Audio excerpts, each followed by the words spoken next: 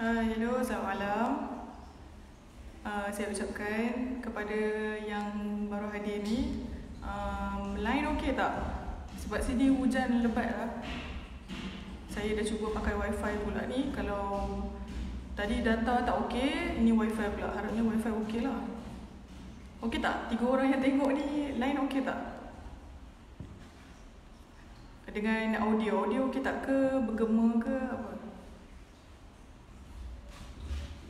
Rumah bujang, rumah abang saya, rumah bujang. Jadi tak ada barang kat rumah dia. Semua tempat pun bergema juga. Tapi disebabkan rumah dia ada lain, terpaksa pergi rumah dia.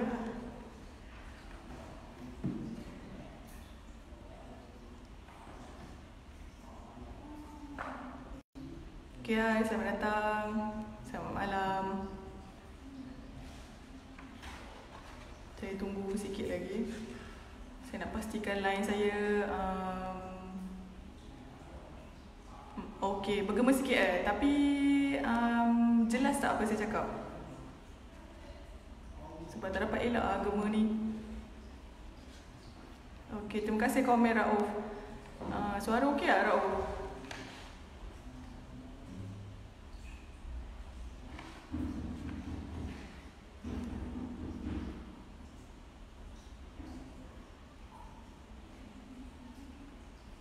Okey.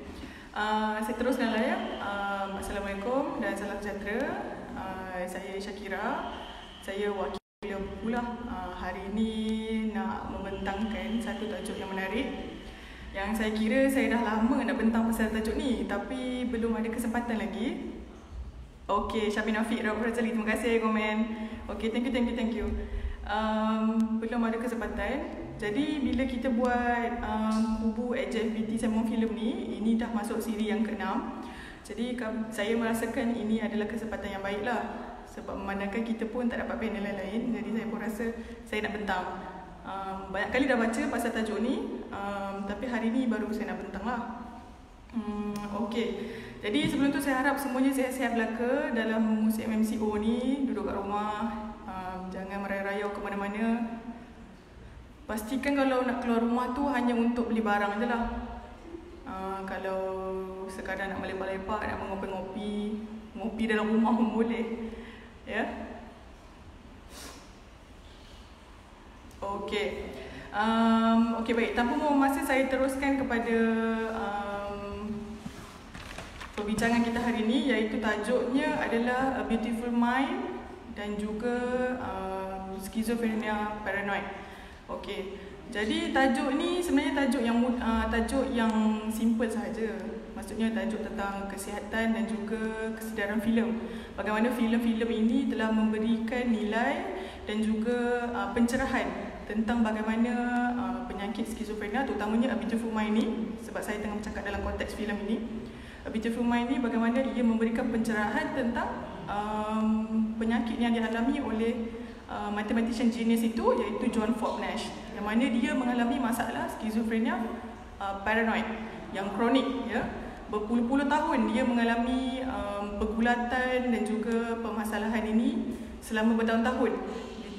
Di samping ditemani oleh isteri dia yang tercinta yang sangat memberi sokongan dan dorongan kepada dia untuk dia sembuh daripada penyakit tersebut. Okey, berkenaan dengan tajuk ni, saya bukanlah ahli farmasis ataupun pakar-pakar kesihatan ataupun saintis yang akan bercakap tentang skizofrenia paranoid ini dari segi kesihatan dan juga ubat-ubatan. Tidak, tetapi saya bercakap atas kapasiti saya sebagai seorang observer yang mempunyai hubungan terus dengan seseorang yang mengalami masalah skizofrenia yang kronik, iaitu ibu saya sendiri, selama berpuluh-puluh tahun juga. Jadi berdasarkan pemerhatian saya itu, saya mensinkroniskan apa yang terjadi di dalam filem dan juga apa yang dapat saya belajar daripada filem dan juga apa yang saya alami. Okey. Kalau siapa yang dah tengok filem ni adalah arahan daripada Ron Howard yang diadaptasi daripada sebuah biografi John Nash yang ditulis oleh Sylvia Nasar. Okey. Jadi untuk pembentangan saya malam ini, saya nak menceritakan bagaimana filem tersebut telah memberikan satu literal representasi. Tak payah. Dah. Okey, bagaimana filem itu telah berjaya memberikan dan membuat satu literal representation tentang skizofrenia. Okey, walaupun ada beberapa ulasan dan juga kritikan yang menyatakan filem ini adalah bukan depiction sebenar kepada kehidupan John Nash. Okey, ada beberapa kritikan pakar kesihatan tentang beberapa scene di dalam A Beautiful Mind. Tetapi itu bukanlah menjadi tumpuan saya pada malam ini. Okey, saya ingin bercakap tentang literal representation tentang skizofrenia yang dipiksi di dalam filem tersebut. Okey, baik. Hujan lebat ya. Harap lain okey lah. Hujan lebat teruk, betul-betul lebat ni.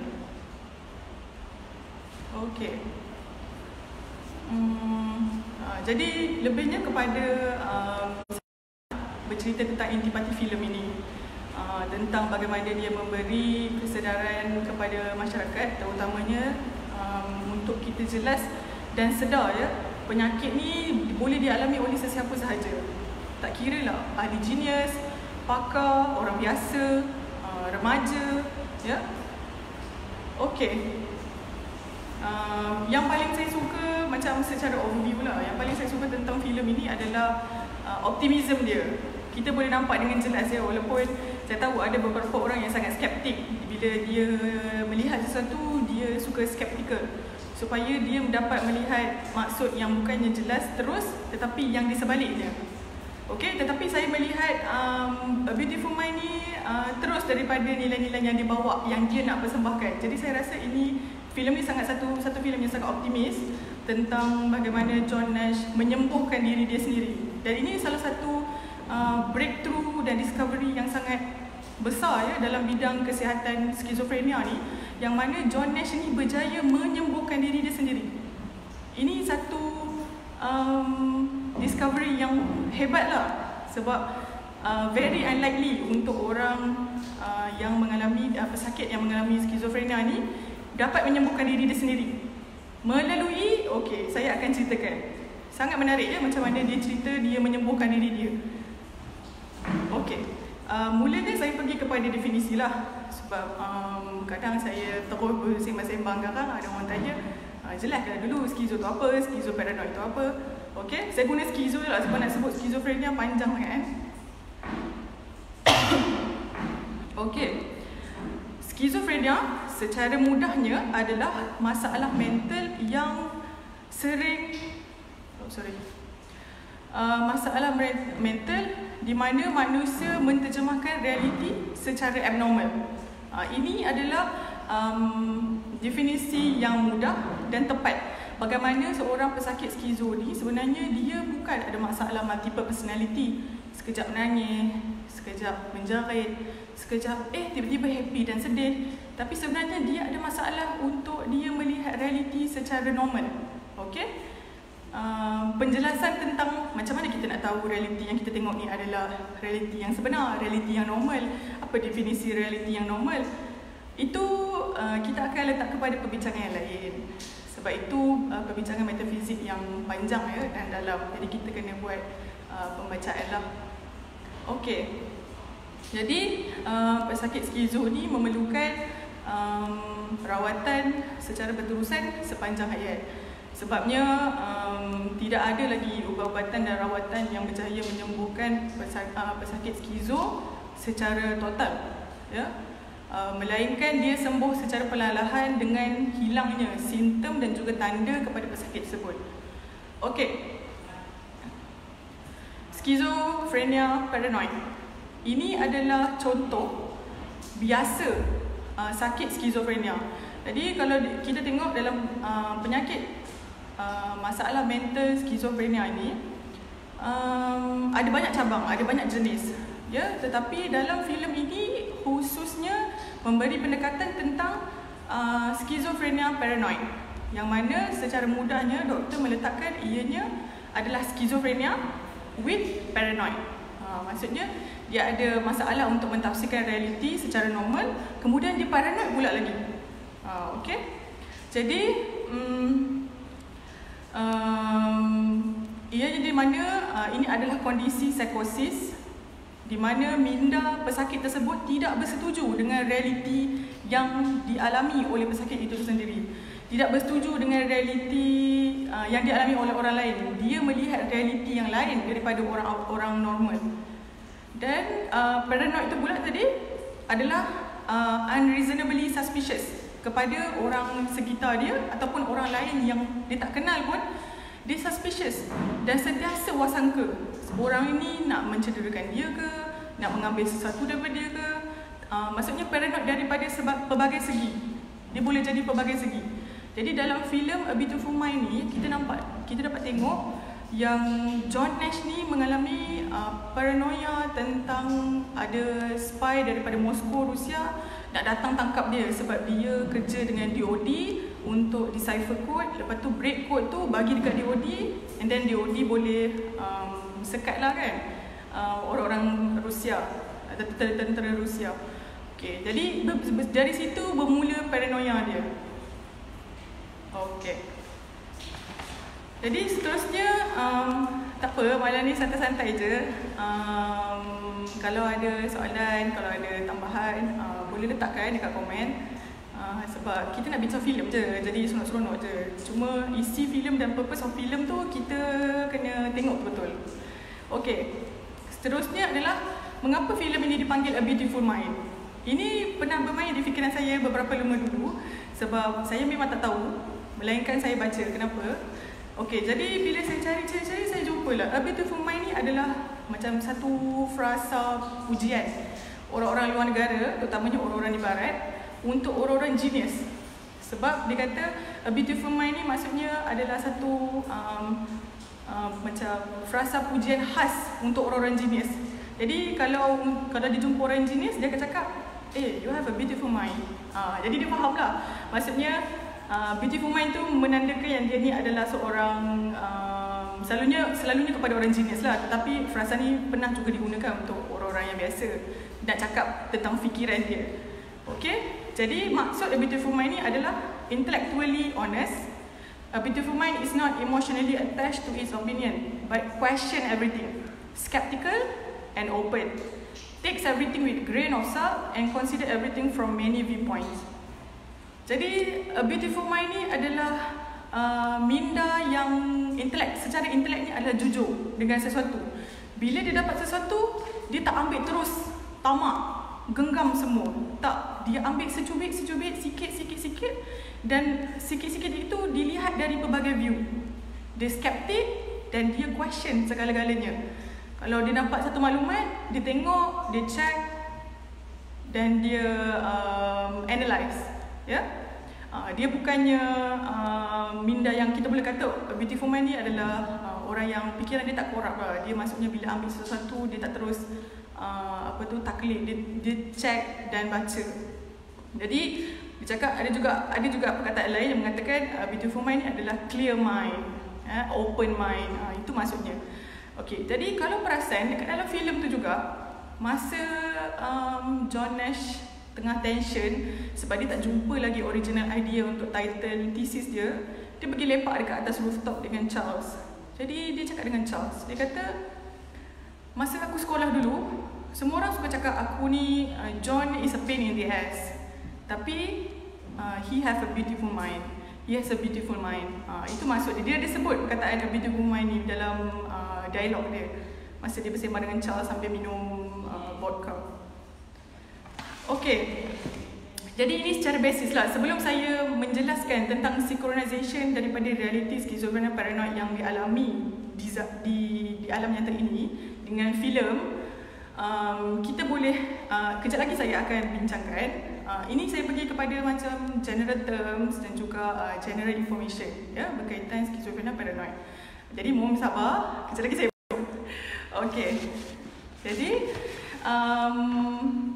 Kesan sampingannya adalah untuk pesakit skizofrenia paranoid ni ataupun pesakit skizo apa jenis sekalipun, ya, untuk orang di sekeliling mereka yang menjaga mereka terutamanya, dia memberikan tekanan yang dalam, ya, kepada orang-orang yang menjaga pesakit skizofrenia ini.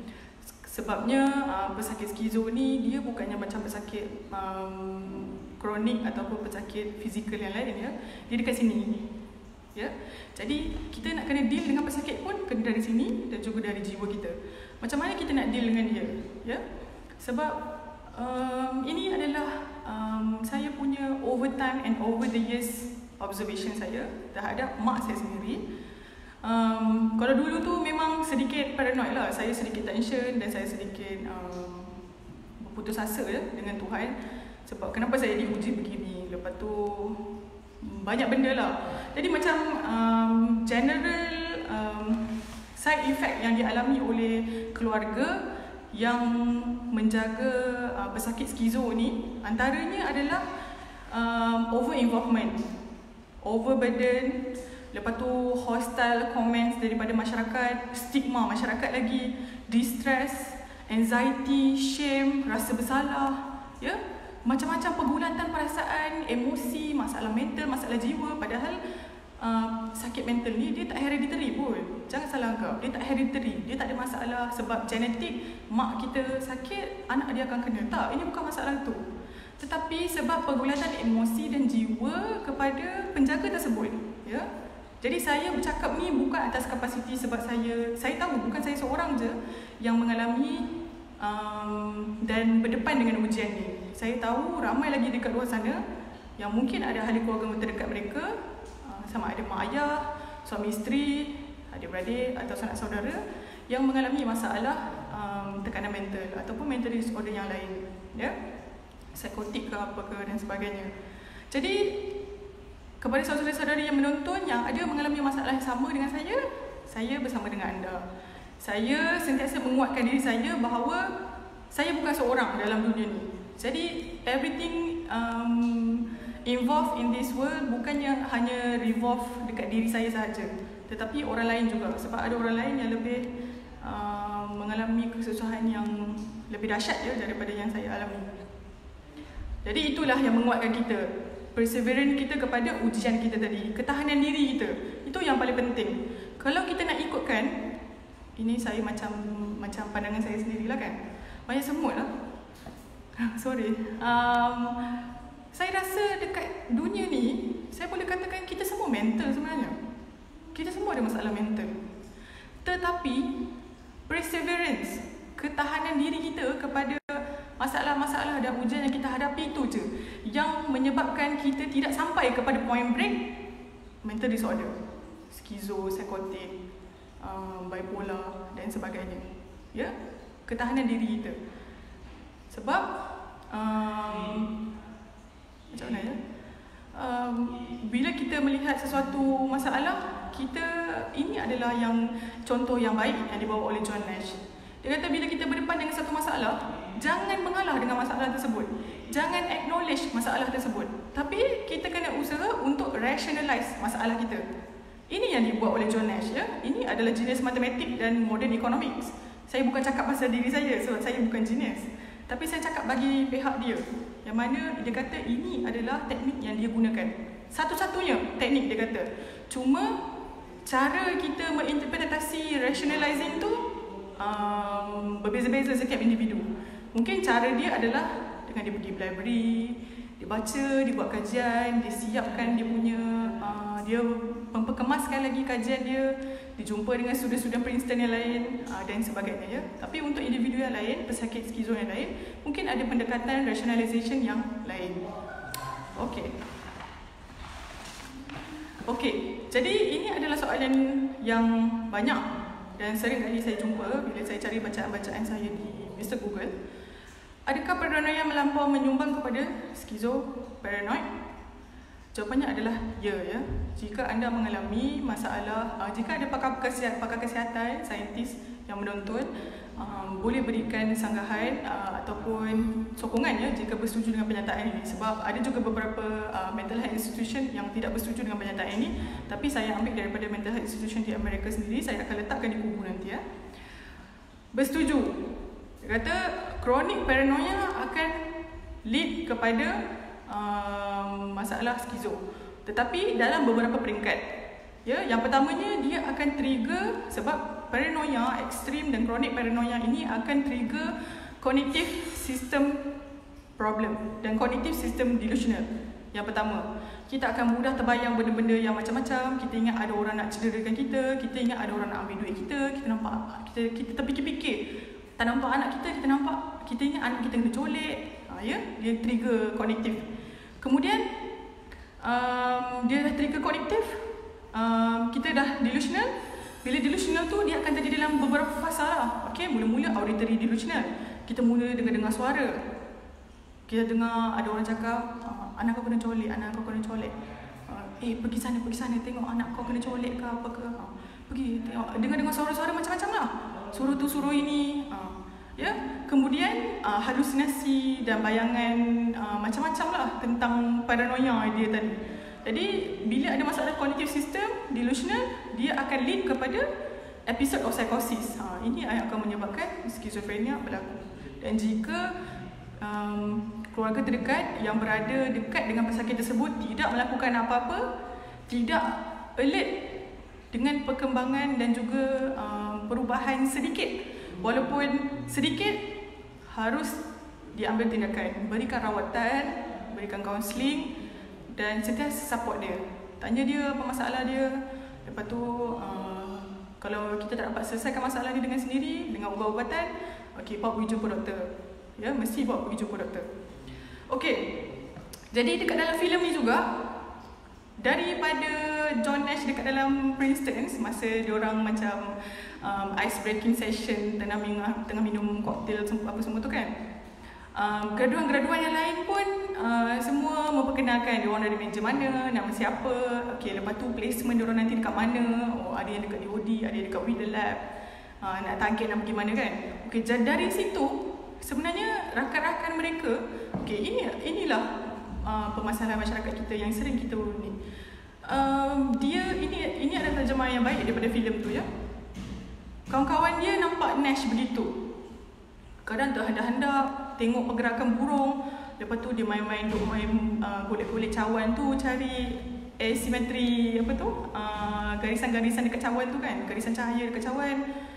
Lepas tu dia socially awkward kan. Dia tak boleh berinteraksi dengan baik dengan orang. Dia cepat hilang fokus. Semua macam tu lah. Jadi kawan-kawan dia cakap Nash memang pelik sikit. Dia memang macam tu, dia macam pelik sikit. Ya. Jadi ini adalah tanda-tanda sebenarnya, okey, dalam filem itu saya tekankan mereka ni adalah kawan-kawan yang baik, tetapi mereka nak joke-joke saja ya, tentang Nash. Mereka acknowledge tentang capacity intellectual Nash. Cumanya mereka tak boleh cope dengan socially inept apa tu? Yang Nash ni dia tak boleh nak bersosial dengan baik kan. Okey, jadi ini adalah tanda-tanda kepada kalau ahli terdekat family kita pun, kalau kita tengok mereka ini ada masalah masalah tak boleh nak bersosial dengan baik, ada masalah fokus, ada masalah percakapan yang baik, kena tengok, kena tanya. Selalu buat observation dan tengok sikap dia dari masa ke semasa lah. Okey, saya dah habis part tu tadi, penjelasan tentang ni. Jadi saya pergi kepada ini adalah macam mana synchronization daripada reality of schizophrenia paranoid dan juga yang dinyatakan dan dibuat di dalam filem A Beautiful Mind. Ya, ada beberapa point yang saya dapat. Ini juga berdasarkan pembacaan saya sedikit demi sedikit. Jika ada tambahan, ada kritikan, boleh nyatakan. Okey.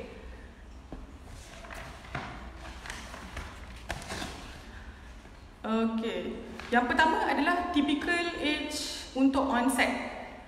onset signs of schizophrenia di dalam filem itu sebelum ianya dimanifestasikan kepada orang lain. Sebelum pesakit skizo itu menunjukkan simptom skizo dia mereka kepada orang lain, ada onset typical age di mana dalam range umur itu akan berlakunya onset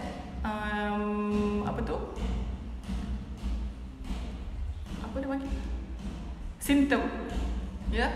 Okey, jadi dalam cerita ini dia menunjukkan bahawa di awal umur 20-an, seawal dia masuk Princeton, selepas dia jumpa roommate bayangan dia Charles, dia sudah menunjukkan onset simptom skizofrenia. Jadi selepas dia habis daripada Princeton umur 30-an macam gitu, barulah dia menunjukkan simptom jelas skizofrenia, tanda dan juga simptom jelas skizofrenia. Walaupun pakar perubatan menyatakan 30-an itu sudah melepasi tipikal. Maksudnya selalunya orang skizo ni dia sama ada waktu adolescent, remaja, lepas tu remaja dewasa. Lebih 30 tu dah lepas typical window tapi masih accepted range. Ya, di mana skizo ni masih boleh berlaku juga kepada orang-orang di umur begini. Dia start dekat situ. Okey. Jadi masa umur dia 20-an dah ada onset symptom, umur 30-an dia dah ada manifestation symptom. Jadi ini adalah maklumat yang jelas yang dinyatakan di dalam filem A Beautiful Mind tentang realiti skizofrenia dan skizofrenia paranoid. Jadi ini adalah ketepatan maklumat lah daripada filem tersebut, ya. Saya boleh katakan ini filem yang cemerlang, ya. Kalau tak cemerlang dia tak menang 4 pencalonan Oscar. Sebab dia buat homework dia. Itu yang paling penting. Sebab dalam filem ni, sebab saya hari tu tengok Al-Jafri tu kan, dia cakap, okey, filem ni filem cinta pun boleh jadi filem yang bagus. Tetapi yang paling pentingnya adalah the purpose of the film and the objective of the film mesti sampai kepada audience. Jadi filem A Beautiful Mind ni telah membuat dan memberikan purpose objektif mereka, maksudnya delivery kepada purpose dan objektif dia disampaikan dengan jelas dan sampai kepada penonton yang menonton. Okey, jadi typical age ni dah habis. Seterusnya, movie ni juga menunjukkan simptom dan juga sign yang dialami oleh pesakit skizofrenia seperti poor executive functioning, ada delusi, ada masalah speaking defect, lepas tu ada masalah kognitif yang lain, ya. Dan ini merupakan dan valid yang dialami oleh pesakit skizofrenia. Semuanya, selalunya mesti ada sign ini. Jadi ini adalah depiksi yang tepat tentang realiti skizofrenia. Okey, banyaklah scene yang mana dia tunjuk dia ada masalah kognitif, reduced speaking, flat effect, lepas tu delusional. Sepanjang-panjang filem tu ditunjuk. Daripada awal masa dia masuk bilik dia dekat Princeton pun dia dah tunjuk lah. Ya, dia ada kawan ilusi dia nama Charles. Okey. Seterusnya, okey, dalam filem ni juga dia menyatakan yang sebenarnya, okey, dalam beberapa kali masa Ron Howard shoot untuk scene A Beautiful Mind ni, okey, Russell Crowe dengan Jennifer Connelly pernah tulis dekat dia orang punya blog semua. Dia kata John Nash pun semasa hidupnya dia ada datang melawat set. Ya, dia bagikan pendapat, dia bila dia dapat tengok scene tu, dia bagikan kritikan dia sikit. Walaupun selepas itu dia ada berbuat satu artikel panjang, ya, tentang kritikan dia dalam selepas dia melihat A Beautiful Mind, filem Beautiful Mind secara lengkap. Banyak kritikan dia, nanti kita akan bincangkan kejap lagi. Jadi salah satunya dia kata sebenarnya di kehidupan sebenar John Nash, dia tidak mengalami masalah halusinasi, figure hallucination atau delusional. Dia tak nampak pun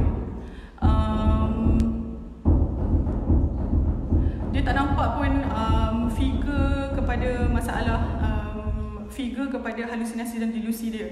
Dia tak nampak. Dia kata dia cuma ada masalah auditory delusional, yang mana dia nampak dia dengar macam-macam benda,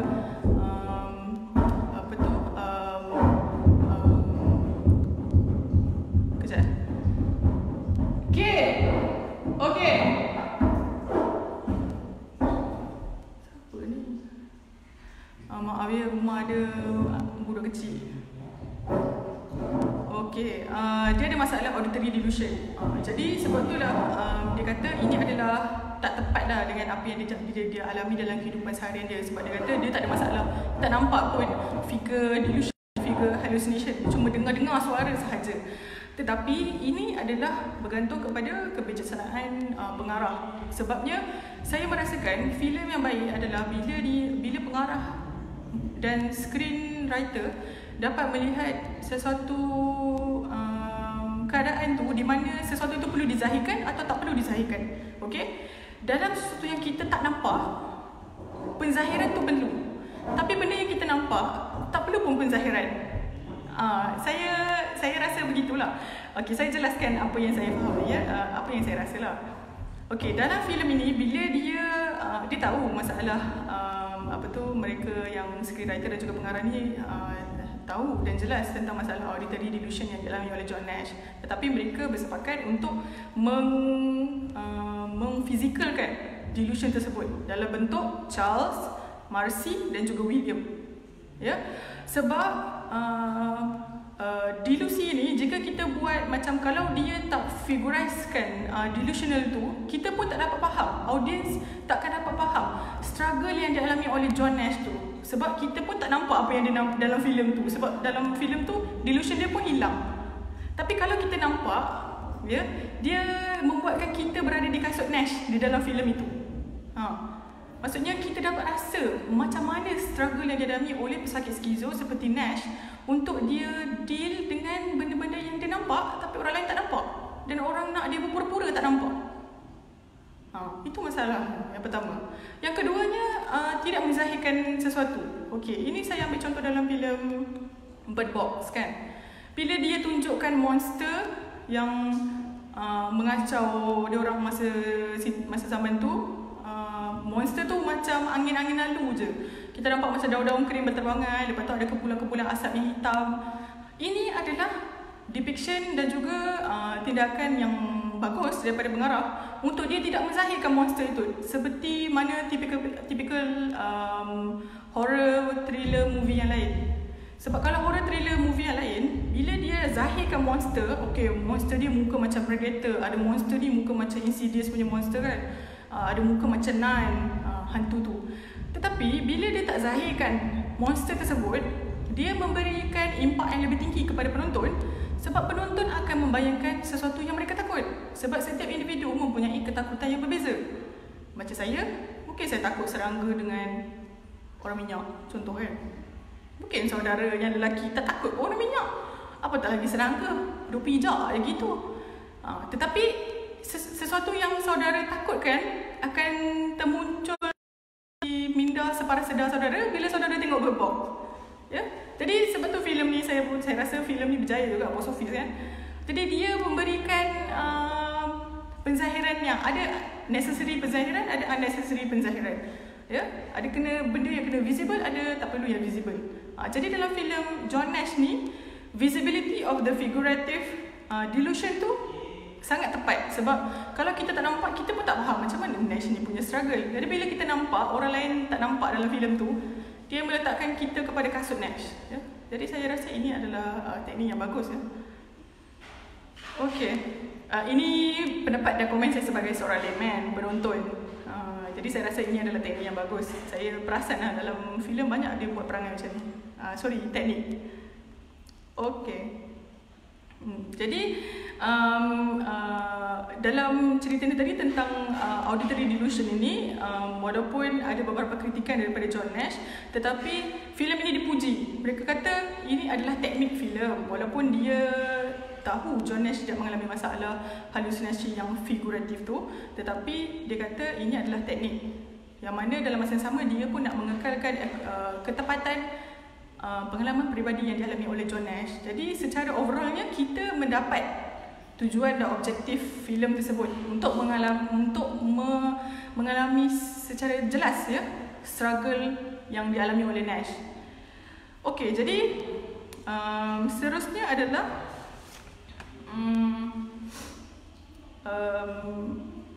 tentang skizofrenia paranoid yang bermula masa Dia bermula, maksudnya dia dipupuk over time lah. Dalam cerita tu beberapa scene tu dia dah mula paranoid sejak dia jadi spy kepada ada Big Brother Department of Defense kan. Jadi bila dia kena kejar dengan 2 spy Rusia, lepas tu Big Brother William tu selamatkan dia, dia dah mula ada rasa ketakutan. Dia belum paranoia lagi tapi dia dah takut. Jadi masa dia pergi mathematical conference dekat Princeton, masa dia nak bagi ucapan, dia ada nampak 3 orang baju suit hitam masuk dari belakang menyusup-nyusup. Jadi masa ni paranoia dia sudah trigger. Dia rasa ini adalah 2 orang spy Moscow yang nak tangkap dia sebab dia jadi dia jadi code breaker kepada Amerika yang decipher kod-kod daripada Rusia. Okey, jadi masa ni paranoia dia dah meletus. Bam. Rupanya 2 orang tu adalah pegawai kesihatan daripada Secretary Ward dekat MacArthur. MacArthur ke McGregor, saya lupa. MacArthur rasanya. Okey. Jadi kat sini dah meletus paranoia yang ekstrim tadi. Dia tak percaya orang ni orang masalah, orang daripada ward, daripada hospital. Dia kata diorang ni semua spy ni. Lepas tu dia kata semua orang nak orang ni nak hapuskan dia, nak bunuh dia apa semua kan. Jadi dia minta tolong dekat Charles masa tu. Dia nampak Charles je lah kawan halusinasi dia mana kawan lain. Jadi Charles pun tak tahu je apa semua kan. Jadi di waktu itu dia menunjukkan scene skizofrenia paranoid yang pertama daripada situ ya. Sebelum tu adalah macam ketakutan je ya, ketakutan pemukam, macam mana dia takut, dia mula-mula takut ya. Sebab paranoid ni selalunya bila kita takut kita banyak takut, kita banyak wasangka. Sebelum kita dapat chronic paranoid, kita takut-takut dulu. Okey. Jadi ini adalah macam dia nak tunjukkan dalam filem tu. Bila dia ada masalah paranoia itu tadi, dia bukan masalah personality. Ya, ada orang yang menyifatkan orang yang skizofrenia ni adalah orang yang ada multiple personalities. Dia sekejap begini, sekejap begitu, sekejap dia okey, sekejap tak okey. Macam-macam perangai lah. Tapi sebenarnya orang yang skizo ni, seperti yang saya telah berikan makna di awal tadi, adalah orang yang tidak dapat membezakan yang mana real dan yang mana tidak real. Dia tidak tahu realiti mana yang betul sebenarnya ni. Okey, jadi macam kalau kita tanya kenapa orang skizo menyerah kepada realiti yang tak betul itu tadi, sebab itu adalah realiti yang mereka mahukan, yang mereka tidak mahu keluar daripada situ. Ya, jadi dalam cerita A Beautiful Mind ni sebenarnya adalah semangat hidup John Nash untuk keluar dan rationalize disability dia, dan untuk dia mengakui kawan baik yang selalu bersama dengan dia selama ini adalah tidak real. Big Brother yang selama ini bagi job macam-macam daripada DOD pada dia adalah tidak real, dan masih budak kecil yang dia sayang tu adalah tidak real. Ini sangat menyakitkannya. Dia tak hidup, tak mati, tak apa-apa, cuma dia tak real, dia tak wujud pun sebenarnya.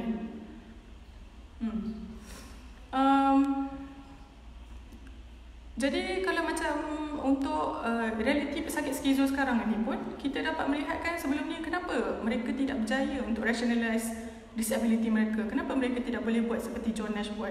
Kita pun kena letakkan diri kita di kasut mereka juga sebagai seorang pesakit ya.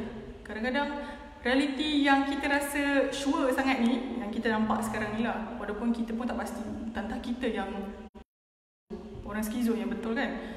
Tapi ini adalah realiti yang kita percaya sebab kita boleh nampak, kita ingat, kita ada memori, kita ada perasaan dan juga pergulatan dengan realiti ini. Tetapi realiti yang mereka nampak, yang kita tak nampak itu pun mereka ada pergulatan mereka sendiri. Ya, mereka ada berperasaan dengan realiti tersebut. Sebab mereka boleh nampak halusinasi-halusinasi yang kita tak nampak. Okey? Dan mereka menginginkan realiti yang tadi itu. Kalau dalam cerita itu, John Nash betul-betul dia nak jadi code breaker kepada Department of Defense of America. Tetapi dia tak dapat. Sebab dalam beberapa scene pun dia ada tuliskan, dia ada letakkan masa scene pertama. Kalau saudara-saudara tengok filem ni, scene pertama masa dia pergi, ada macam pejabat ada pejabat macam bunker askar kan. masa dia tengok ada banyak-banyak kod dekat dinding tu kan, dan dia decipher kod tu, itu adalah scene yang real di alam nyata. Lepas tu bila dia balik bilik lab, dia cakap dekat Sol dengan Bender, dia cakap ini adalah kali kedua dalam masa 4 tahun mereka ni panggil aku untuk decipher kod. Maksudnya betapa tidak kerapnya department ni panggil dia untuk decipher code, sebab mungkin masalah tu tak terjadi pun, jadi sebab tu dia tak panggil, ataupun mungkin ada masalah faktor lain kan. Tapi betapa tak kerapnya dia panggil Nash. Jadi Nash rasa macam dia melakukan benda yang tak signifikan. Duduk kat Will Lab, buat assignment yang dia kata tak in par dengan dia punya intellectual capacity. Lepas tu mengajar pula kat kelas-kelas. Jadi dia tak mahukan realiti begitu. Dia mahukan realiti dia sebagai code breaker. Jadi mungkin itu juga yang dialami oleh pesakit skizo di alam kita ini, ya. Jadi mereka tidak mahu keluar daripada realiti tersebut sebab realiti itu yang mereka mahukan, ya. Ada yang telah menyerah diri sepenuhnya kepada realiti tersebut, dan kita tak boleh buat apa-apalah, cumanya teruskan rawatan dan juga kaunseling seperti biasa.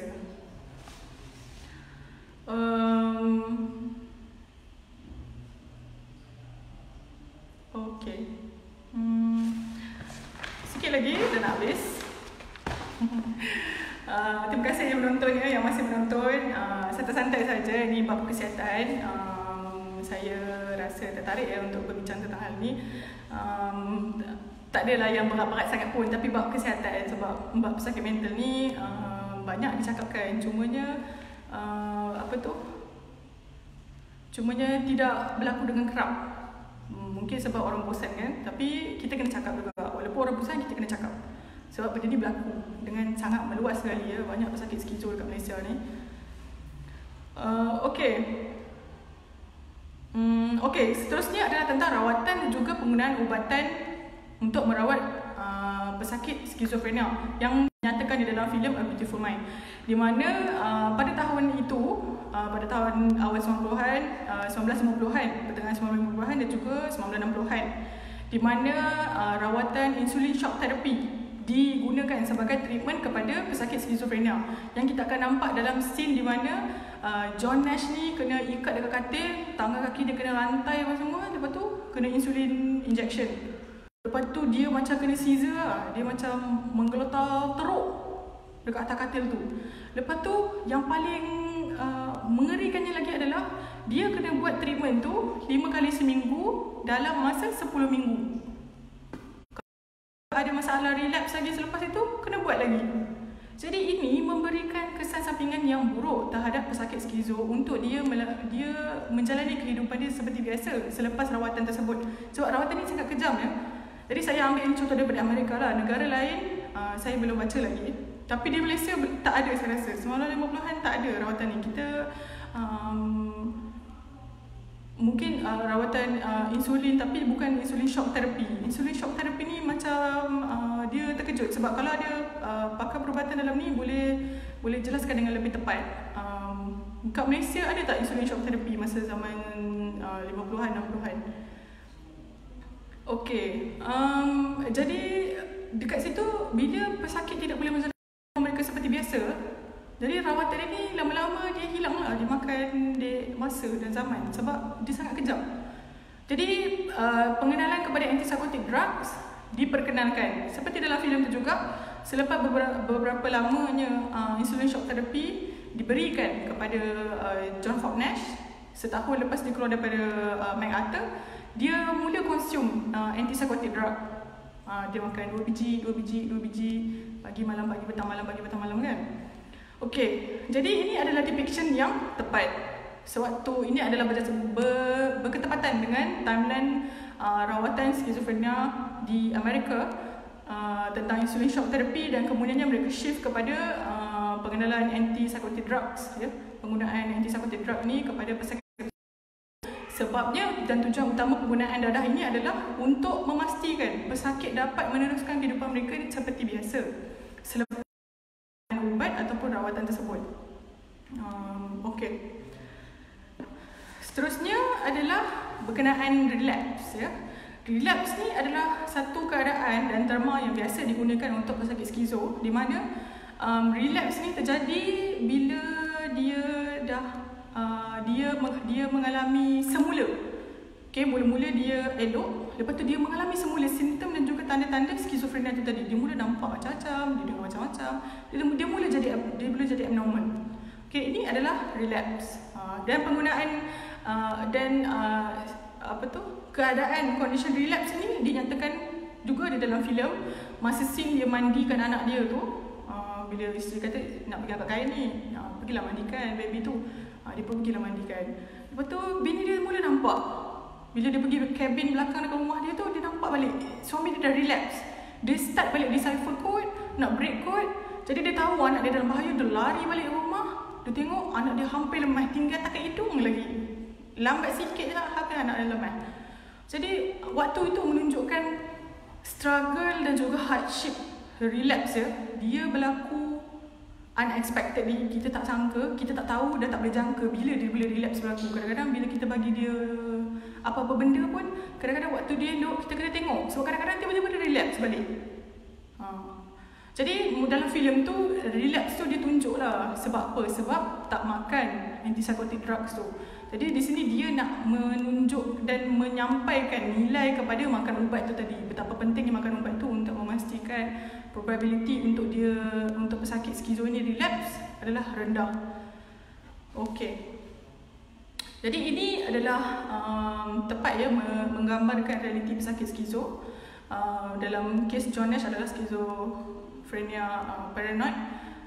Dan ini adalah sama je conditionnya di mana-mana. Walaupun di hatta di Malaysia pun relapse ini berlaku pada pesakit skizo. Okey. Jadi walau bagaimanapun terdapat beberapa limitasi kepada ubatan yang digunakan seperti antipsychotic drugs ni. Sebabnya dalam filem ini pun dia tunjukkan dia tak nak bias dan dia tak nak bias kepada dia nak pro kepada penggunaan antipsychotic drug. Tapi dalam masa sama dia nak tunjuk juga limitasi penggunaan dadah tersebut. Sebabnya bila kita makan antipsychotic drugs, kita akan automatically progress kita slow. Kita tak ada, macam disebut dalam filem tu, seks drive dia kurang, emosi dia tak stabil, lepas tu intellectual capacity dia down secara teruk. Dia tak boleh berfikir macam mana dia nak buat kerja, dia tak boleh berfikir macam dulu. Dia boleh dapat bayang teori macam-macam. Dia kata dia tak boleh fikir. Jadi dia berhenti ambil ubat itu sebab dia nak dapat balik diri dia dan juga intelek dia seperti dahulu. Okey. Jadi ini adalah limitasi ubat yang digunakan, yang mana banyak lagi kajian yang perlu dilakukan sebab memang banyak pesakit skizo menyatakan keadaan yang seperti John Nash nyatakan. Diorang jadi lemah, extremely fatigue tau. Bukannya lemah macam baru balik jogging, tidak. Lemah yang ekstrim. Memang kalau terbaring flat tu 2-3 hari boleh macam tu. Lepas tu dia ada masalah reasoning yang lambat. Bila orang cakap dia fokus, dia tengok tapi dia tak boleh proses ya? Lepas tu masalah intelek lagi lah, nak baca buku apa semua betul lagi kan. Tetapi ini keistimewaan yang berlaku dalam filem John Nash. Macam mana John Nash dalam masa yang sama dia makan antipsychotic drugs. Dalam filem tersebut ya, dia makan antipsychotic drugs, dia boleh pergi library dan dia boleh baca buku. Kita akan bincang selepas ini. Okey, jadi ini adalah ayat yang menarik ya, daripada John Nash sendiri dalam kritikan dia tentang filem A Beautiful Mind. Dia sebut, medication may be the best solution, but the best solution may not be able to solve everything. Ya, ubat-ubatan mungkin adalah sebagai solusi yang terbaik kepada sesuatu, tetapi solusi yang terbaik itu selalu tidak menyelesaikan segala-galanya. Ini telah diakui dalam filem A Beautiful Mind sendiri tentang limitasi antipsychotic drugs. Baik, seterusnya kalau ada relapse, ada remission. Okay, remission ni maksudnya adalah keadaan di mana pesakit skizo tersebut menunjukkan pengurangan, keredaan kepada simptom dan juga tanda penyakit skizofrenia.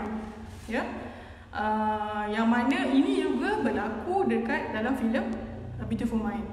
Yang mana masa lepas dia yang kena melemahkan baby tu tadi kan, dia tahan bini dia cakap, saya dah faham, mereka ni tak pernah tua pun, dia kata. Masih Charles dengan William tak pernah tua. Padahal dah 6 tahun dah daripada dia nampak Charles dekat Princeton, dan 6 tahun dah dia nampak Marcy. Takkanlah Marcy masih umur kecil, 9 tahun lagi, mesti dia besar dah tingkatan. Tapi dia tak pernah tua pun. Ini adalah scene yang paling kuat sekali di dalam A Beautiful Mind, mana dia merasionalisasikan ketidakwarasan dia, rationalize disability dia. Dia mewaraskan balik ketidakwarasan dia. Hebat tak? Dia boleh mewaraskan balik ketidakwarasan dia dengan dia kata dia pun ni tak real sebab dia pun tak pernah tua pun. Ini adalah scene yang terbaik. Jadi dalam filem itu dia ada sebutkan tentang rationalization ni tadi lah. Tapi dia tentang remission ni tadi. Kalau dalam kisah sebenar dia ataupun dalam filem tu pun over sampai hujung-hujung filem tu pun dia dah tunjukkan macam mana remission kepada, saya tak pasti remission kepada Nash dalam filem tu boleh kita kata remission ke atau tak, sebab masa dia ambil Nobel Prize dia masih nampak lagi Charles masih dengan William, kawan halusinasi dia. Tetapi dia sudah mula hilang dan reda daripada segala simptom kronik skizo ya. Jadi saya boleh kata itu pun adalah awal remission lah. Mungkin seterusnya dia akan remit secara total. Dan remission ini selalunya berlaku bila ada support yang kuat. Dalam filem itu kita nampak macam mana isteri dia sangat tabah, ya, sangat tabah, menjerit macam mana pun, tension macam mana pun, dia tetap jaga suami dia. Dia tahu, dia kata memang dia suami dia sakit, tapi inilah suami yang dia cinta. Walaupun dia tertekan dengan kehidupan tu, tapi dia kata bila dia rasa dia nak keluar daripada rumah tu, dia nak penerajang suami dia, dia selalu nampak lelaki ni adalah lelaki yang dia cinta. Jadi itu menguatkan dia lah.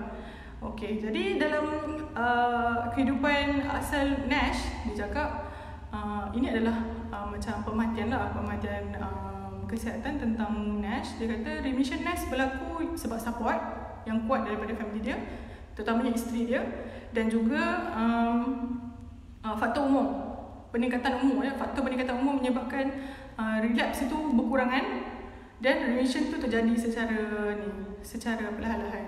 Jadi walaupun pakar kesihatan menyatakan 60% daripada remission berlaku adalah sebab rawatan, bila kita ambil antipsychotic drug ataupun buat rawatan-rawatan psikiatris yang lain, kita akan dapat remission probability yang tinggi dalam 60%. Tetapi dia kata bagaimana dan bila remission tu berlaku masih tak dapat dijelaskan.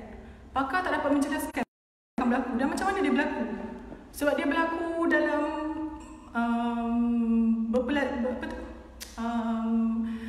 over the time kan, over the years. Kita tak boleh nampak dalam masa 1 ke 2 tahun tu. Kita kena tengok dalam masa 20 tahun tu apa yang jadi kat dia.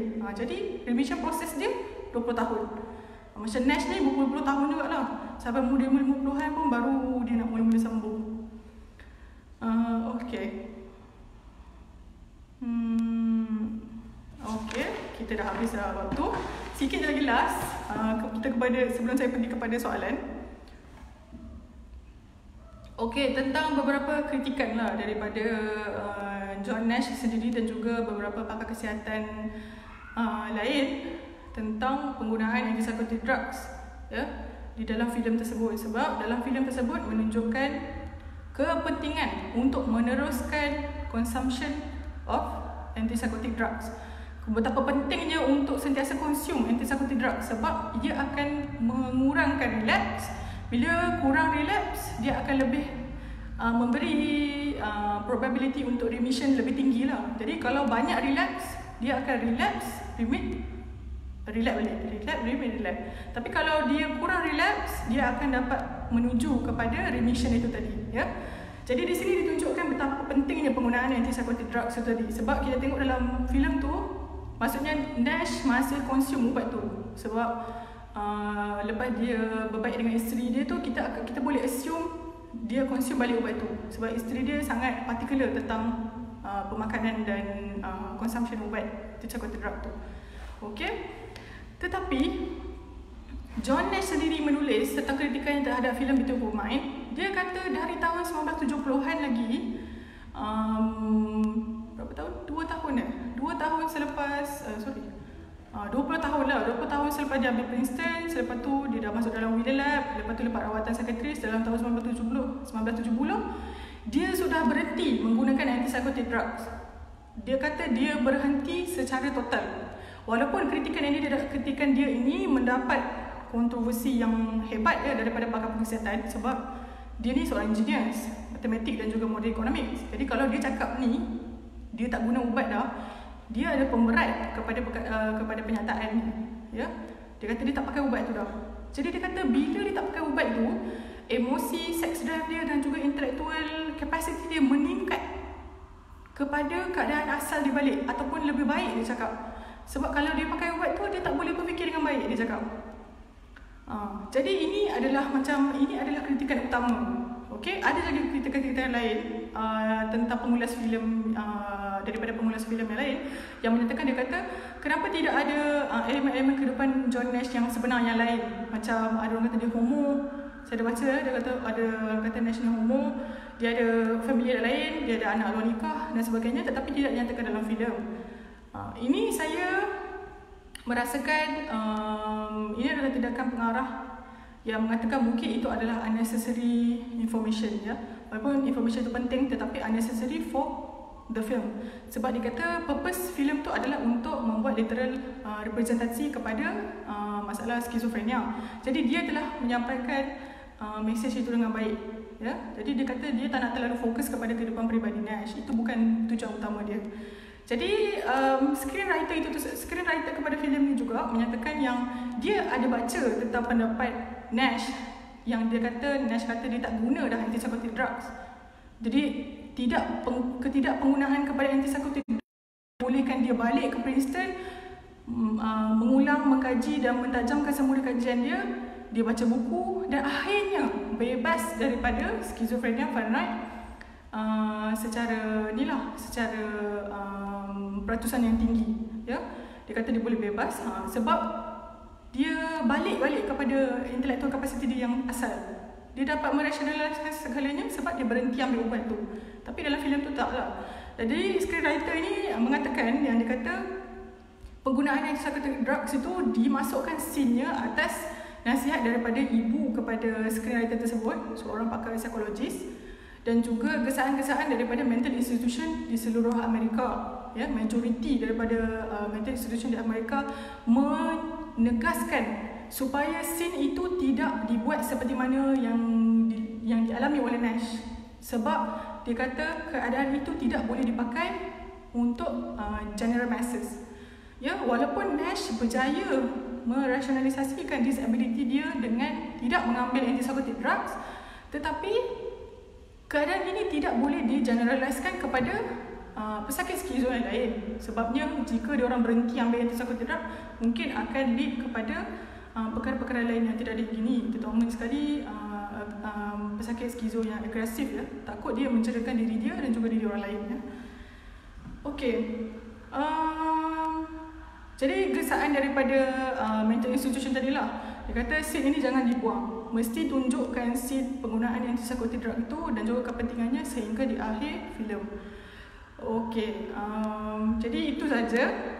Saya pun dah habis cakap dah apa yang saya nak cakap. Sikit je. Saya ada satu petikan, ya. Sebab masa dia dapat Nobel Prize tu, dia ada buat satu ucapan dalam 3 ke 5 muka surat. Ucapan dia tentang struggle dia menyembuhkan diri dia sendiri. Jadi saya akan bacakan petikan ni. Kalau ada soalan, boleh nyatakan. Sebab saya nampak satu soalan je dulu sekarang ni. Saya ucapkan terima kasih kepada semua yang menonton ni. Terima kasih kepada penonton. Baik, saya terus kepada soalan ke? Adakah orang pandai ni suka bergaul dengan masyarakat pada dengan saudari?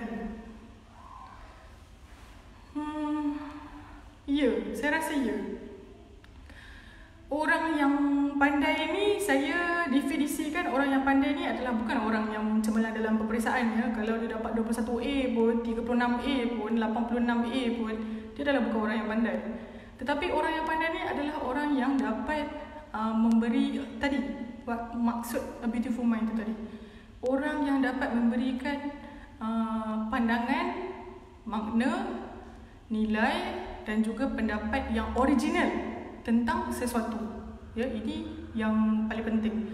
Jadi kalau kita nak cakap orang yang pandai ni suka bergaul dengan masyarakat, saya rasa ya, sebab dia ada masalah sepanjang yang saya hidup ni lah. Saya tengok selalu orang pandai yang seperti saya definisikan, Saya ada lihat beberapa dalam kehidupan saya, termasuk genius-genius yang hebat ya, seperti Nash, Stephen Hawking ya.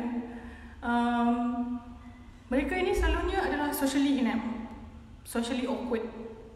Ya, dia orang susah nak masuk dengan masyarakat sebab masyarakat selalunya bercakap tentang hal-hal masyarakat lah. Gosip, perempuan, pasal keluarga, pasal hal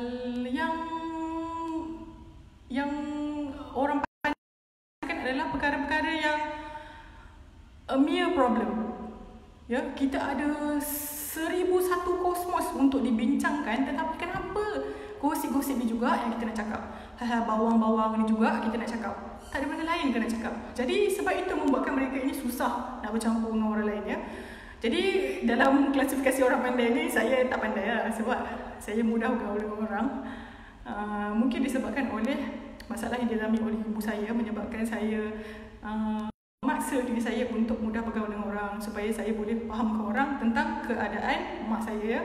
Bila saya di mana-mana, senang saya nak explain. Sebab kalau saya socially awkward, mak saya buat hal, nanti macam mana saya nak jelaskan ke orang tu mak saya ni tak sihat? Kan susah. Jadi saya begitulah. Tapi adik-beradik saya ada yang socially awkward dia. Dia tak samalah antara individu.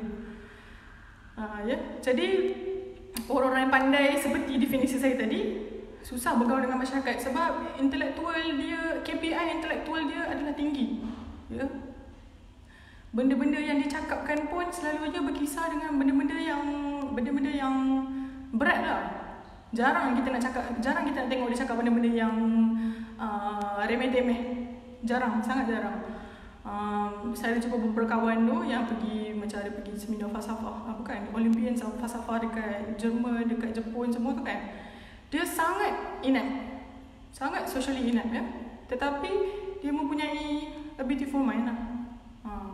Dia ada, ini adalah anugerah-anugerah orang-orang genius. Sebab kalau macam ada juga beberapa orang genius, saya tak boleh katakan dia pun a beautiful mind pun. Sebab ada yang genius macam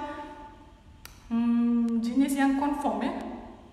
Bukanlah maksud saya nak orang genius ni orang yang anti-conform. Yang anti-conformity ni baru kita kata dia genius yang power lah.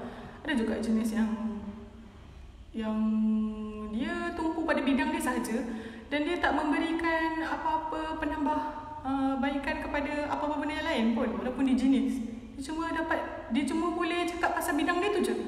Kalau matematik je, kalau pasal pembelajaran je, kalau pasal perubatan je. Tetapi pencerahan dia kepada masalah, kepada politik, kepada ideologi, kepada makna hidup sangat normal. Jadi dia tak genius pun. Pendapat saya lah, kalau ada orang lain rasa orang begitu adalah orang genius, dipersilakan. Saya tidak bersetuju begitulah. Sebab itu pendapat saya kan. Jadi itu jawapan saya tadi. Terima kasih. Seterusnya daripada Muhammad Asri Awi. Bukan soalan, cuma sharing. Ya, baik Asri, terima kasih. Saya bacakan ya. Sekejap. Telefon pun dah berhal. Okey ya. Rawatan awal pencegahan penyakit skizofrenia memang penting untuk elak penyakit ini jadi makin teruk. Psikiatris kata semua penyakit skizofrenia boleh dirawat dari awal-awal simptom. Ya betul, saya setuju. Ahli keluarga perlu memainkan peranan yang kuat dan prepare mental kalau ada ahli keluarga yang ada penyakit ni. Cuma kalau penyakit teruk memang kena konsum ubat seumur hidup. Dan dos dia tinggi atau rendah sahaja. Untuk memastikan awak semua bersakit skizo, semua penyakit mental dikira sebagai OKU di Malaysia. Ya betul. Jika mereka mendaftar dan mereka layak mendapat bantuan yang diperuntukkan untuk golongan OKU. Ya, sangat tepat sekali. Terima kasih Asri ya. Ini adalah penambahan daripada realiti kepada pesakit skizo yang di Malaysia. Betul. Ya. Semua yang anda nyatakan dialami oleh ibu saya sendiri. Ya, saya lihat dan saya bantu dia. Cumanya itulah, kita pun kena letakkan diri kita di tempat ahli keluarga. Sebab macam saya cakap tadi, ada masalah over involvement. Sebab kalau ada anak-anak yang kecil ya, anak-anak yang kecil dan juga macam ini ada pengalaman saya sendiri. Bila mak saya berlaku begitu, saya tidak boleh balancekan. Di awal usia saya semuda 10 tahun sehingga 15 tahun, saya tidak boleh balancekan kehidupan pelajaran saya di mana saya nak tengok mak saya lagi, masalah mak saya lagi, masalah kewangan. Lepas tu perjalanan career saya, ya, sehingga kini saya ada masalah untuk menyelesaikan perkara itu. Tetapi itu adalah masalah-masalah yang kecil saja, kita boleh atasi dengan tadilah perseverance, ya. Itu tunjang utamanya. Kena bertahan, kena ada ketahanan diri. Macam mana kita nak develop ketahanan diri kita, ini adalah berbeza antara individu lah. Okey. Adakah gila isi yang selalu dikatakan oleh orang dulu itu adalah skizo? Ya. Soalan daripada saudara ni adalah tepat, ya. Sebenarnya secara spesifik dan jelasnya mak saya sendiri adalah gila isim. Yang selalunya gila isim ni terma yang diberikan oleh ustaz, golongan-golongan pengamal perubatan syifa terutamanya tradisional ni, mereka mengatakan ini adalah penyakit gila isim. Bila dia terlalu fikir sesuatu yang dia tak perlu fikir, jadi dia dah terkeluar daripada universe ni dan realiti di dunia ni, ya. Jadi sebab tu dia mula mencipta realiti-realiti yang dia nakkan. Sebab seperti saya juga, yang saya tengok kepada ibu saya adalah seorang remaja perempuan yang sangat ceria, ya. Dia ada masa remaja yang sangat baik, diminati orang ramai dan sebagainya, berdasarkan yang nenek saya ceritalah. Lepas tu di awal usia remaja dia masuk sekolah yang bagus-bagus, dia melanjutkan pelajaran ke pengajian tinggi. Selepas dia bekerja di awal usia 20-an, umur dia 23-24, dia sudah mula develop simptom dan juga tanda-tanda skizofrenia. Ada orang kata skizofrenia ni sebab kalau waktu meroyan tu kena jaga orang perempuan ni baik-baik, ya. Saya pun mengunjurkan benda yang sama. Walaupun perkara ni kadang-kadang ustaz ni kita tak boleh percaya sangat. Kadang dia cakap benda yang tak apa-apa pun. Kadang-kadang bukan masalah gila isim pun, ataupun sebab dia berfikir. Banyak lagi orang yang berfikir tak jadi macam tu pun. Tapi mungkin sebab lack of attention dan support yang dia dapat sewaktu dia susah, ya. Terutama sekali waktu dia lepas melahirkan. Bila dia melahirkan, itu adalah waktu-waktu yang crucial untuk orang perempuan terutamanya untuk mendapat perhatian dan perhatian dan juga kasih sayang daripada seorang suami, keluarga dan orang-orang terdekat, ya. Sebab nak jaga budak ni bukan senang.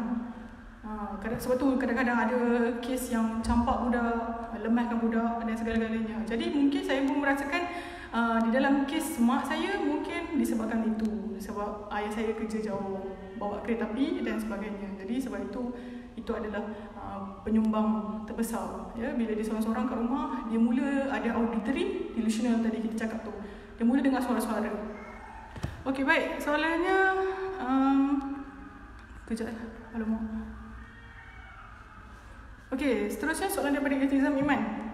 Pendapat saudari, adakah sebarang kemungkinan musim PKP ini berisiko untuk merangsang penyakit skizo pada sesetengah orang?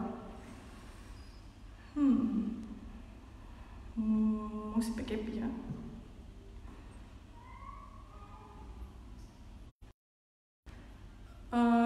Partially, sebahagiannya, ya. Saya merasakan jikalau seseorang itu, terutamanya seorang pasangan yang mengalami masalah rumah tangga, lepas tu perempuan-perempuan yang mengalami tekanan penderaan dan domestic abuse, ya. Dan juga anak-anak yang terpaksa tengok pula domestic abuse mak bapak bergaduh. Okey. Lepas tu mungkin ada masalah-masalah yang lain yang selama ini tak nampak pun di rumah, tetapi disebabkan dia berada di rumah, dia nampak.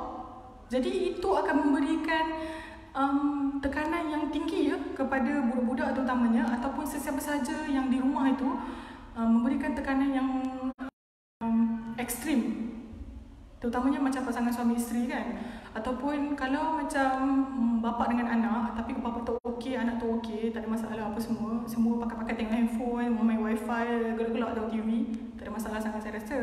Dia meneruskan kehidupan dalam rumah dia seperti biasa. Tetapi kalau ada faktor kekeluargaan yang lain seperti domestic abuse, penderaan seksual kanak-kanak, ini sangatlah crucial, sangat berbahaya untuk mangsa-mangsa ini mendevelop tekanan-tekanan mental yang berbagai-bagai. Bukan skizo saja, Iman, mungkin juga mental disorder yang lain-lain.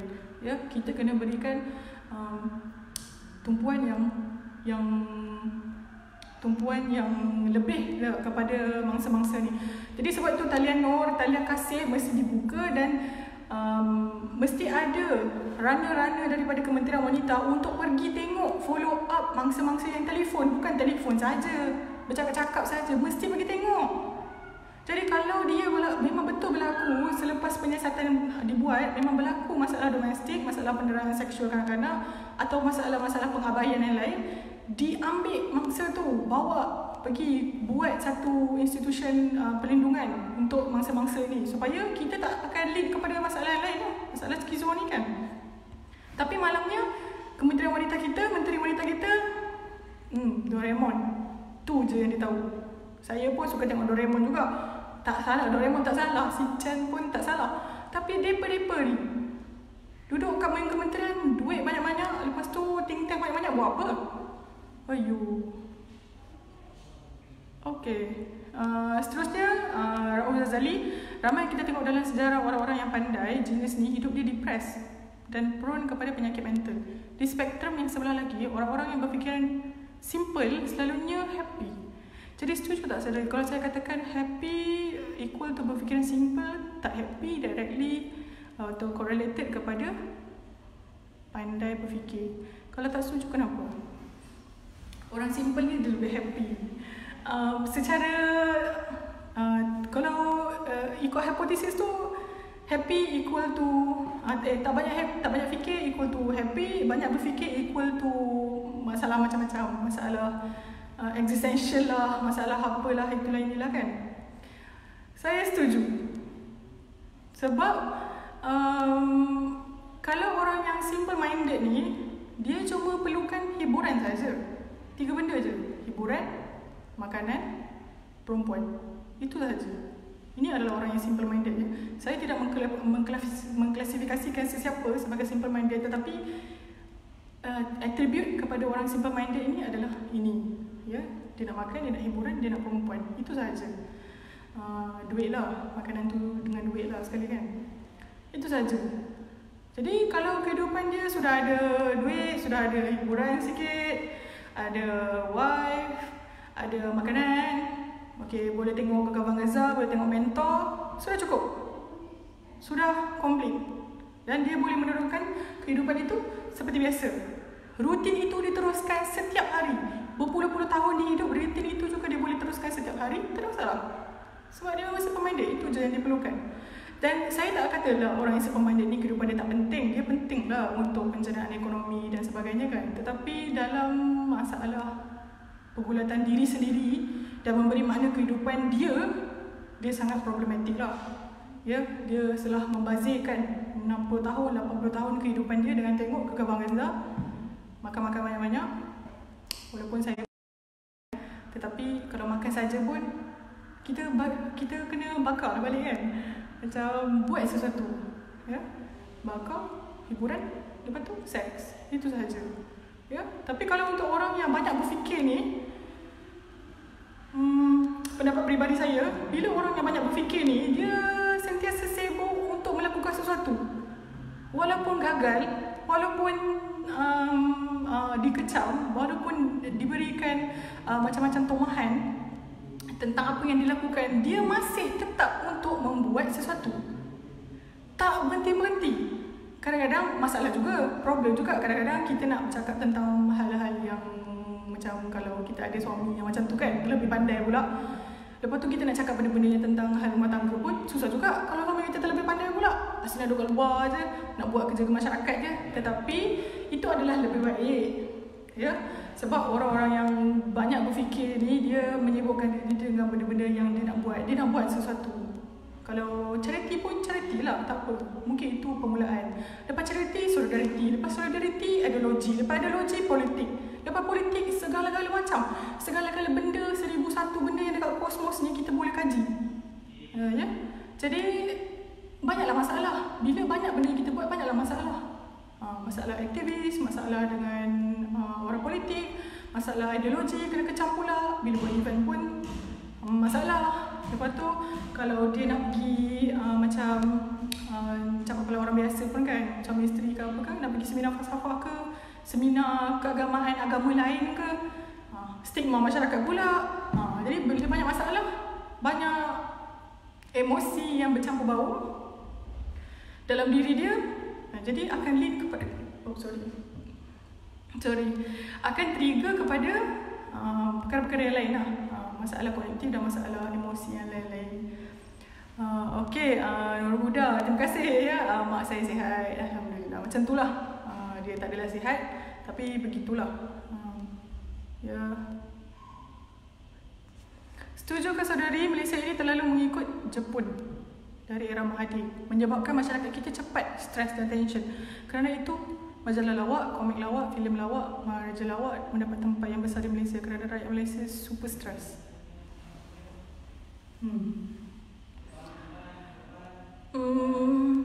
Dari segi pekerjaan, hak-hak pekerja, eksploitasi kerja, ya saya setuju. Dari era Mahathir lagi memang, maaf saya gunakan, memang fuck up. Dari era Mahathir, memang Mahathir lah punca segala benda ni, membuatkan proses untuk kita dapat duit, nak cari nafkah tu susah. Jadi bila kita cari duit pun susah, kita nak makan pun susah, nak beli baju pun susah, apatah lagi nak bagi budak-budak, anak-anak belanja, sekolah lagi, apa lagi kan. Jadi permasalahan ekonomi ini juga menyumbang kepada extreme stress yang dialami oleh individu. Apa kata dia cakap? Sebab tu benda-benda lawak ni mendapat tempat di Malaysia. Okey, jadi bila kalau macam contoh buruh ya, buruh kasar ya, bila dia dapat gaji pun sikit, eksploitasi dekat tempat kerja teruk ya, gaji lambat, harga kontrak ambil gaji, lepas tu sebulan dua tak dapat gaji walaupun dah buat kerja, kontrak lari ya, subkontrak leader lari bawa duit. Jadi dia nakkan macam saya cakap lah, yang simple minded ni dia perlukan hiburan ya, sebab dia tertekan dengan masalah kerja dia. Jadi bila dia perlukan hiburan, dia perlukan juga benda-benda lain seperti wanita dan juga makanannya untuk dia memuaskan sanitiate dia punya keperluan dahulu ya. Maksudnya keperluan basic. Selalunya orang yang boleh berfikir macam-macam benda ni ada juga daripada kalangan orang yang kadang-kadang tak makan pun, tapi dia boleh fikir macam-macam benda. Kita pun pelik. Dia tak makan berhari-hari pun dia boleh fikir macam-macam power-power pula tu. Tapi ini gifted yang lain lah kan. Tapi kalau macam masalah ekonomi, eksploitasi kerja, saya memang setuju. Keadaan kerja dan juga hak-hak pekerja di Malaysia ni macam ditong sampahkan ya. Macam kita ni memang adalah sekadar buruh saja. Tidak lebih daripada itu dan tidak kurang daripada itu. Sekadar buruh saja. Memang kuli batak lah. Kau buat kerja, dapat duit, balik boleh tengok maharaja lawak. Jadi ini pun akan menyumbang kepada permasalahan ekonomi lah. Adalah faktor utama yang akan menyumbang kepada pola pemikiran masyarakat. Kalau kita tak boleh berikan penyelesaian permasalahan ekonomi yang baik kepada masyarakat, kita tidak akan dapat memberikan rakyat ruang, masa dan juga kelangsungan yang sesuai untuk dia berfikir, menganalisa, kritis terhadap benda-benda lain. Sebab dia nak makan pun susah. Ya? Masalah ekonomi Malaysia ni. Sebab kita dapat pemerintah, kalau macam Mahathir tu, pemerintah yang kedekut ya. Dapat kat kita. Kalau dapat ketang kroni semua boleh. Ketang kita semua tak dapat. Jadi macam mana rakyat nak jadi pandai kalau semua benda daripada permasalahan ekonomi kita semua dah disusahkan. Ya? Padahal sebenarnya kalau macam buruh-buruh ni pun dia tak minta pun untuk dia dapat gaji besar. Dia cuma nak hak dia sahaja. Dia kata kalau dia buat kerja banyak ni, dia nak dibayar sewajarnya. Gaji yang sejahtera. Bukannya gaji yang kau pandai-pandai letak, kau rasa perlu RM1,200 dia cukup lah. Dia angkat batu, angkat simen, angkat pasir, naik atas bukit, atas bangunan 5-6 tingkat, kau bayar dia RM1,200 je. Cuba lah kau bayar diri kau RM1,200 kan. Cuba tengok apa jadi. Okey. Okey, tidak semestinya skizo berkadar langsung dengan genius atau tidak. Kanak-kanak juga boleh menghadapi skizo. Ya, betul. Tentang kanak-kanak yang menghadapi skizo ni, saya pun tidak sempat membaca sebab banyak kajian dan juga bacaan-bacaan kesihatan yang saya baca. Dia kata adalah daripada umur remaja dan juga remaja dewasa dan juga dewasa. Jadi umur 30-an pun boleh simptom-simptom kepada masalah skizofrenia itu muncul walaupun dia sudah melepasi typical window, tapi masih boleh terjadi. Jadi mungkin bab ni mungkin Dr. Huda boleh menambah informasinya sebab saya tidak membaca tentang hal itu. So saya banyak baca yang saya tahu mungkin ada budak-budak, saya pun pernah macam tengok ada budak-budak yang kena skizo juga, tetapi ini sangat, dan saya berdasarkan bacaan saya pun jarang disebut tentang masalah daripada kanak-kanak. Semuanya bermula daripada remaja dewasa dan juga remaja tua 30-an. Adakah orang Malaysia, okey, seterusnya soalan, adakah orang Malaysia semakin ramai yang mental? Seperti yang saya cakap tadi, semua orang mental sebenarnya. Semua orang mental. Cuma kita belum mencapai point break kita masing-masing sahaja. Jadi faktor luaran, faktor dalaman, ketahanan diri, masalah ekonomi, masalah politik, masalah keluarga, semua masalah faktor luaran yang akan membentuk dan menentukan ya perjalanan dan juga perkembangan point break itu tadi. Ya, jika berlakunya ada setengah orang walaupun dia ada banyak masalah external factor, tetapi dia masih boleh perseverance, bertahan, survive, keluar daripada masalah tersebut dan dia berperang dengan masalah tersebut ya. Dia membuat sesuatu. Jadi ini yang kita perlukan. Kita kena buat sesuatu. Seperti John Nash, bila dia dah berhenti, ini saya ikut versi dia lah. Bila dia berhenti ambil antipsychotic drugs, dia tak duduk rumah saja. Pergi Princeton balik. Walaupun muka dia tebal, dia pergi Princeton balik. Minta dekat kawan dia yang dulu macam rival dia lah untuk dia kerja balik kat sana. Untuk dia duduk dekat library, baca buku. Banyakkan baca buku. Jadi jangan duduk saja. Jadi kalau kita nak cakap banyak orang Malaysia kat mental, banyak orang Malaysia yang dah start mental ni, makin ramai ke yang mental, saya rasa kita semuanya tinggal 10% je lagi ya untuk mencapai point break kita. Jadi 10% ini akan ditentukan dalam masa 5 ke 6 tahun. Jadi kalaulah keadaan ekonomi, keadaan masyarakat, keadaan sosial kita tidak berbaik, kita akan sampai kepada point break kita. Sama ada kita mental, tapi kalau untuk mental secara ramai saya rasa impossible. Tetapi kita akan pergi kepada revolusi ya. Kita akan revolusi. Kita akan pergi bakar kementerian, kita akan pergi bakar rumah menteri. Kita nak balik hak kita saja. Kita bukan nak lebih, kita nak hak kita saja. Ya, itu yang orang nak. Orang nak kita dibayar dengan sewajarnya. Okey, baik. Soalan seterusnya. Banyak pula soalan koma. Bagaimana pula dengan orang yang acah-acah mental dan selalu klaim dia skizo? Macam bangga pula. Baik. Saya sedikit terlupa tentang perkara ni. Okey. Ada juga pesakit skizo. Dia memang betul-betul adalah pesakit skizofrenia. Dia memang didiagnose sebegitu. Kadang-kadang skizofrenia yang lain lah. Macam-macam jenis skizofrenia kan, tapi dia memang skizo. Dan bila dia nak keluar daripada realiti yang dia cipta, dia nak balik kepada realiti yang kita sure ni, ya, realiti kita lah. Kita memberikan dia satu task. Kita kata you buat sesuatu, you buat sehabis baik you. Tunjukkan effort you buat sehabis baik, kita akan tolong you along the way. Jangan risau. Okey, tetapi ini masalahnya dengan pesakit skizo yang begini ya. Saya rasa dia ada masalah. Kita acknowledge masalah dia. Tetapi di waktu dia sentiasa menggunakan sakit skizo, bipolar, tekanan sebagai alasan untuk dia tidak berbuat kerja yang telah diberikan untuk dia sendiri. Dia sendiri yang nak keluar daripada realiti tu. Tetapi dia sendiri yang tidak menunjukkan efort untuk keluar daripada realiti tersebut.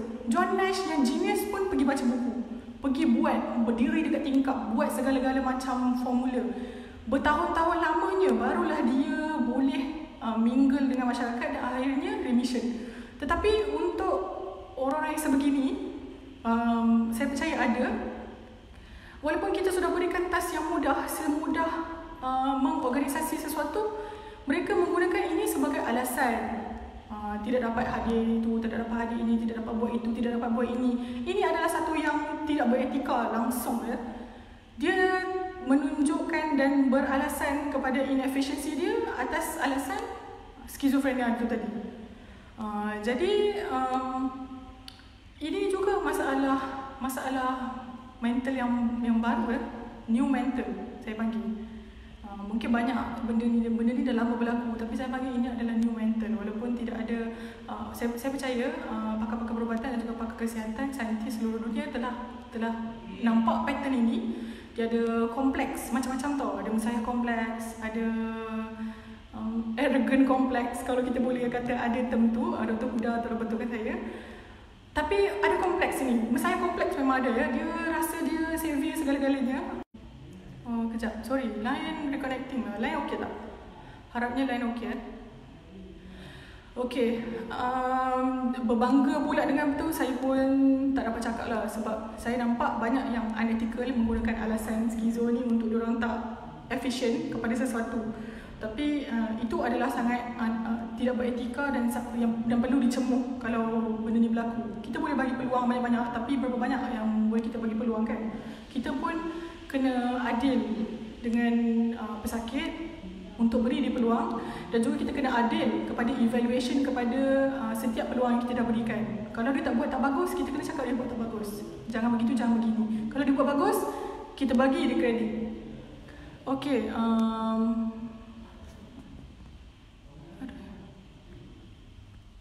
okay. Dari pengalaman Syakira dengan Mak, pernahkah Mak menggunakan terapi selain perubatan psikoaktif? Contohnya terapi jiwa, seni dan lain-lain yang tak ada kena-mengena dengan Ustaz Bomo Pawang. Jika ada, adakah nampak perbezaan pro kontranya? Okey. Ini masalah dengan cerita Pak saya ni, walaupun ini adalah sangat peribadi, tetapi saya rasakan ini adalah perkongsian yang baik, ya, kalau saya nak kongsikan. Sebab saya rasa ini bukan aib pun, tetapi ini adalah ilmu. Ya, kalau saya simpan pun saya nak buat apa? Saya cerita. Okey, berkenaan dengan mak saya, selain daripada perubatan psikoaktif, terapi jiwa dan seni yang tak ada kena-mengena dengan Bomo dan Pawang. Okey, saya rasa tak ada.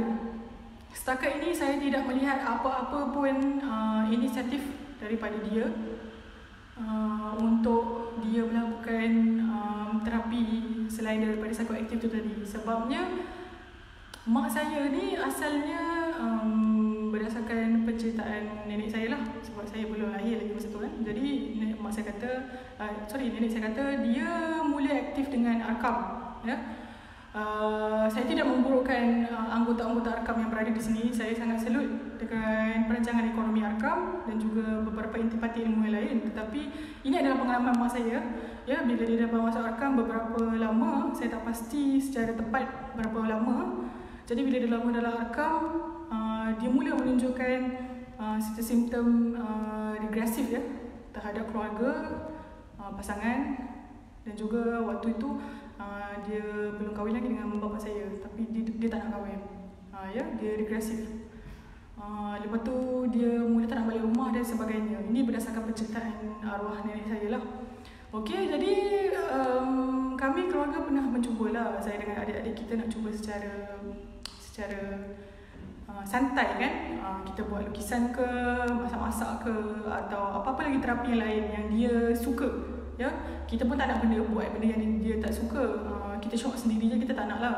Okey, jadi kita cuba buat, tetapi malangnya mak saya sangat rejected, ya, kepada terapi-terapi selain dari agama. Puncanya saya tidak pasti kenapa, adakah disebabkan pengalaman dia yang lama dengan Arkam dan itulah realiti yang dimahukan, membuatkan dia rejected, ya, kepada option-option perubatan terapi yang lain seperti seni, perubatan jiwa yang lain. Kalau jumpa ustaz, dia suka. Kalau bahagian benda-benda seni yang lain, dia tak suka je. Sebab dia memang menunjukkan dia tak suka. Dia sampai cakap jangan melukis-lukis sebab adik-adik saya semua pandai melukis. Jadi diorang buat komik, diorang buat strip komik, diorang buat lukisan-lukisan poster ya. Jadi mak saya kadang-kadang buang, bakar, warna-warna pun tidak boleh ada di dalam rumah saya. Waktu saya kecil, saya banyak ya, saya kalau dalam waktu saya umur 8 tahun, darjah 3, darjah 1 sampai darjah 3 tu, saya banyak kali dalam masa 3 tahun tu, mak saya suruh baca Quran. Kadang-kadang satu hari tu sampai setengah Quran, non-stop, tak berhenti. Dia boleh buat tahu. Tapi kita budak-budak kan, jadi kita banyak termaki hamun dia, marah-marah sebab kita pun tak faham. Jadi itulah jawapan saya, iman. Tapi saya percaya penting terapi-terapi seni dan terapi-terapi selain daripada rawatan psikoaktif. Saya percaya, tetapi mengalami rejection ya, daripada pesakit. Jadi saya pun belum jumpa lagi alternatif yang lain selain perubatan konvensional, tradisional, dan juga kita ikut je apa yang dia nak. Macam kalau dia suruh semayang je lah ya. Kalau dia suruh buat apa-apa, kita buat je supaya dia tenteram hati dia. Mungkin itu akan menambah kepada clearance of the mind dia, supaya dia tak serabut tengok anak dia tak semayang ke apa ke kan. Walaupun kita ada banyak persoalan tentang hal semayang tu, kita semayang je untuk memberikan keteraman kepada jiwa dia sebagai effort kita untuk pesakit skizo tadi ya. Okey. Wih, banyak pula soalan rumah. Bila saudari menyebut tentang Arkham tadi dan tadinya Giri Islam, okey, adakah menurut saudari agama juga berperan menyumbang kepada penyakit mental ini?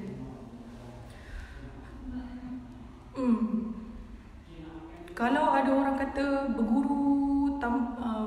belajar tanpa membaca buku tanpa berguru adalah ibaratnya berguru dengan syaitan, saya pun rasa berguru dengan berguru yang melulu juga akan menyebabkan kita tekanan ya. Saya tak nak sebutlah syaitan, tapi tekanan. Sebab banyak juga ustaz-ustaz yang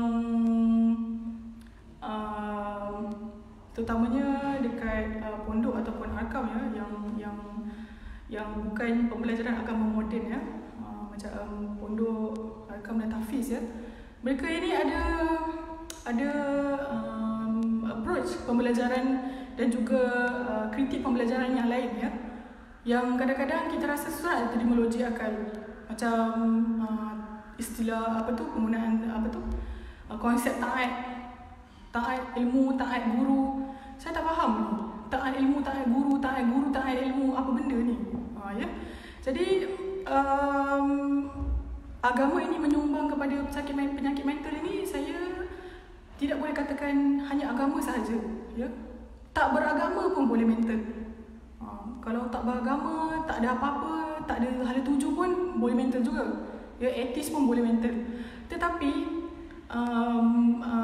berlebih-lebihan, ya. Overthinking kepada sesuatu bidang dan juga sesuatu perkara tanpa question ya. Sebab saya selalu rasa bila kita question sesuatu, kita mengaktifkan sel-sel otak kita supaya kita sentiasa berfikir untuk question sesuatu. Tapi kalau kita terima sahaja, okey, mungkin juga ada orang yang berfikir ni yang mental, jadi dia terlalu rumit untuk dijelaskan. Tetapi kalau dalam agama itu tadi, jadi bila kita terlalu menerima, taat, ya, kita membina satu pemikiran yang pasif. Kita tak ada perkembangan kepada sel otak kita. Jadi mungkin itu adalah trigger kepada realiti yang bukan-bukan. Mula-mulanya dia mula membuat realiti dan bayangan-bayangan imajinasi yang bukan-bukan. Seterusnya akan link kepada skizofrenia, ya. Dia bukannya secara terus. Sebab ada juga orang yang belajar agama tak ada pun ada realiti yang macam-macam, yang sampai kita pun tak boleh faham realiti dia tu. Tapi sampai ada juga yang macam-macam perangai, ya, macam mak saya juga. Sampai dia rasa dia ada kasyaf, dia rasa dia ada macam-macam lah. Ya, Tapi saya hormat dia sebab saya hormat semua pesakit skizo di mana-mana pun. Sebab saya tahu apa yang dialami oleh mereka dan keluarga terdekat mereka terutamanya, ya. Kita tak boleh jangan cepat menghukum mereka, jangan cepat memberikan pendapat kita. Tengok, observe, baru kita cakap. Jangan terus tergopoh-gopoh nak cakap sesuatu. Sebab orang gila, kita cakap bahasa mudahnya lah, orang gila pun ada hak kepada apa yang dia nak cakap. Okey. Seterusnya, kerana apa yang disebutkan saudari tentang bacaan Quran tak berhenti di sebuah itu persis seperti dalam novel etis pada watak utamanya, iaitu Hasan yang dilangsungkan sejak waktu malam hari selama 40 hari berturut-turut.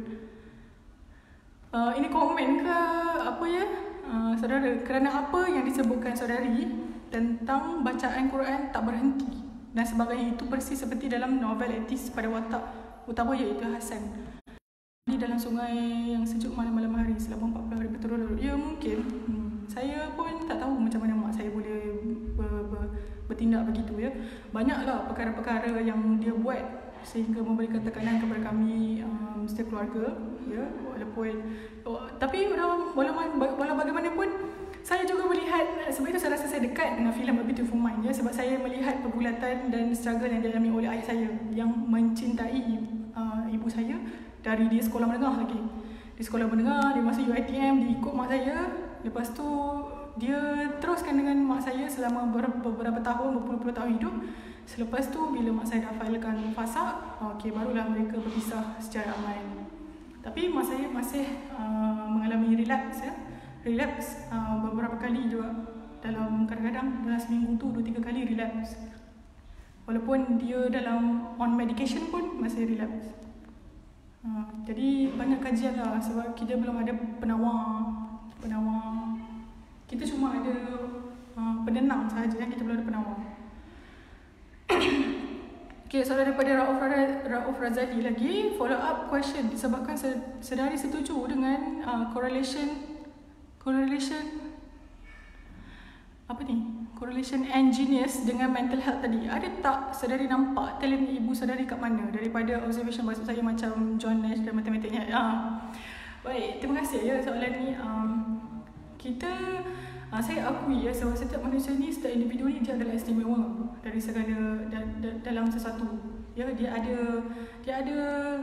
keistimewaan dia, ya, talent dia kepada sesuatu. Okey, baik, untuk ibu saya, ibu saya datang daripada keluarga yang miskin. Nenek saya cuma menjual kuih dan juga ayam, ya. Mungkin zaman tu kaya lah kot, tapi mereka miskin. Rumah tak ada bilik pun, ada ruang tamu je, ada adik-beradik 9 orang kan. Jadi mak saya anak sulung, berjaya ke Kementerian Pengajian Tinggi dalam bidang architecture, ya. Jadi di waktu mak saya sakit ni pun, waktu saya sekolah, bila saya saja tanya persoalan matematik moden lah, ADMAT saya tak pernah ambil ADMAT, jadi saya tak tahu. Tapi matematik moden dia dapat selesaikan, walaupun dalam keadaan dia on medication dan juga dia tengah macam mabuk-mabuk sebab ubat kan. Tetapi dia masih boleh menyelesaikan persoalan matematik itu dengan baik. Padahal sudah beberapa puluh tahun dia tinggalkan ilmu itu. Sebab lepas dia habis universiti, dia bekerja sekejap dalam syarikat swasta. Saya sebagai juru ukur bahan. Jadi dekat situ dulu mak saya tolong labur apa semua. Dia sangat Islamis lah. Ya, bila dia Islamis, bila dia kerja dekat bahagian juru ukur bahan, selalu naik kapal. Kerja diorang ni ukur bukit. Ya, ini berdasarkan penceritaan daripada nenek saya. Sebab saya tengok sijil mak saya semua kan. Jadi dia kerja-kerja dia ukur bukit. Jadi selalunya juru ukur bahan ni adalah pekerjaan orang-orang lelaki. Jadi dari situ mak saya mula skeptis dengan kerja dia. Dia cakap ini bukan ni yang dia nak. Itulah saya rasa agama itu meracun dia. Padahal tak ada masalah pun untuk dia bekerja sekali dengan lelaki. Tapi mungkin sebab masalah mahram, masalah ikhtilat lah sebagainya kan, membuatkan dia berhenti daripada kerja dia dan dia tertekan. Sebab itu adalah perjalanan pertama dalam bidang dalam karier dia. Tetapi dia mengambil keputusan untuk berhenti dan jadi guru di sekolah. Tapi dia rupanya di jauh di lubuk hati dia sebenarnya dia mahukan pekerjaan tersebut. Ya.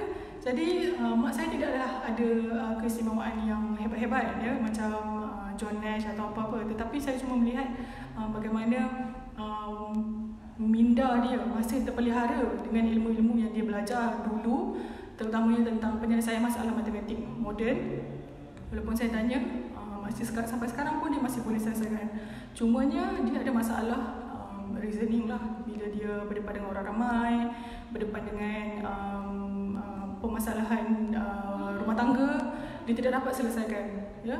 Dia tak tahu macam mana dia nak deal dengan anak-anak dia dan orang-orang sekeliling. Jadi itulah yang saya dapat, ya, bila saya tengok cerita Beautiful Mind ni. Dia adalah satu breakthrough kepada pencerahan skizofrenia dan pesakit apa yang dialami oleh pesakit skizofrenia secara terus, ya. Bila saya tengok, saya dapat secara terus, secara direct, beberapa kali juga menangis sebab saya dapat rasakan apa yang John rasakan. Walaupun saya tidaklah skizo, tetapi sebagai penjaga dan waris kepada pesakit skizo, ini adalah sangat dekat kepada saya, ya. Jadi saya bila tengok John, saya boleh rasa apa yang John rasa. Bila saya tengok Alicia, saya boleh rasa apa yang Alicia rasa, ya. Jadi filem ni sangat baik kepada mereka yang belum tengok. Okey, siapa yang dekat live ni saya rasa mesti dah tengok punya, sebab takkan nak tengok kan live saya. Okey, tapi siapa yang belum tengok, yang akan tengok video Kubu ni di masa akan datang, sila pergi tengok. Boleh buat penilaian sendiri. Cerita ni sangat bagus, ya. Banyak juga quote-quote yang menarik, sebab dalam cerita tersebut pun banyak kali John cakap yang dia ni tak suka pergi masuk kelas, tapi di akhirnya dia jadi guru juga, dia jadi profesor yang mengajar dekat Princeton balik. Jadi macam ada sedikit pencegahan walaupun di awal mudanya, sebab itulah juga yang trigger paranoia dia. Sebab dia tak suka ke kelas. Dia kata class will dull your mind and destroy your creative potential, ya. Jadi potensi kreatif kau akan dihancurkan kalau kau duduk dalam kelas. Kau menghadap tembok kelas, kau pergi menghadap cikgu kau, belajar hat tu je. Jadi dia kata kau tak dapat explore kosmos ni dengan kreativiti kau. Jadi kau kena keluar daripada kelas tu, pergi buat benda-benda lain. Sebab tu dia sangat skeptik lah dengan kawan-kawan dia. Dia kata idea kawan-kawan dia lain daripada pelbagai bidang. Ada yang atomic physics lah, atomic physics dan sebagainya. Dia kata hampa ni semua idea hampa tak original. Aku nak cari tajuk tesis aku adalah tajuk yang original. Jadi sebab tu dia tertekan, ya. Okey, saya pun nak habis dah. Saya ambil lagi satu soalan saja. Andai setiap mental illness itu salah satu kesannya adalah chemical imbalance pada otak, betul, dopamin, ya. Which puncanya daripada faktor sekeliling tanpa intervensi bahan kimia lain. Setujukah saudari bahawa ada cara untuk reversekan keadaan itu tanpa bergantung pada perubatan moden? Di mana saya agak skeptik pada mekanisme itu. Sekejap, saya tak faham soalan dia.